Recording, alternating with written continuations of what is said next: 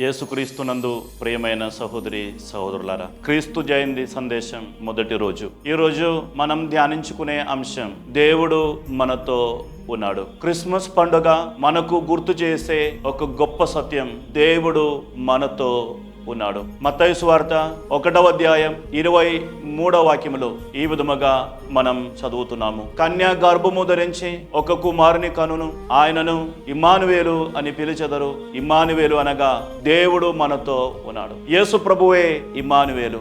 యేసు ప్రభువు ఈ లోకములో జన్మించడంతో ప్రభువును కళ్ళారా చూడడానికి, ప్రభు ప్రేమను అనుభవించడానికి మానవులకందరికీ అవకాశం లభించింది. యోహాను సువార్త 1వ అధ్యాయం 14వ వాక్యములో మనం చదువుతున్నాం.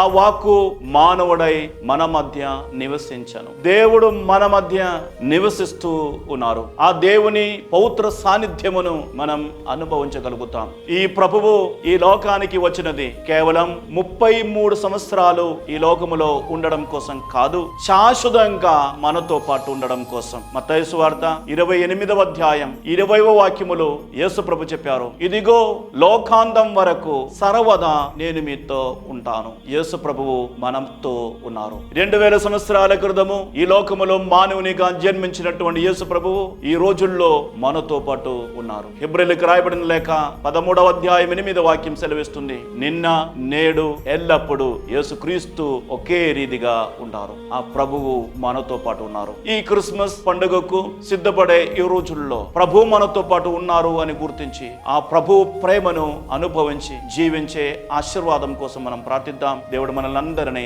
ధారాళంగా దీవించునుగాక.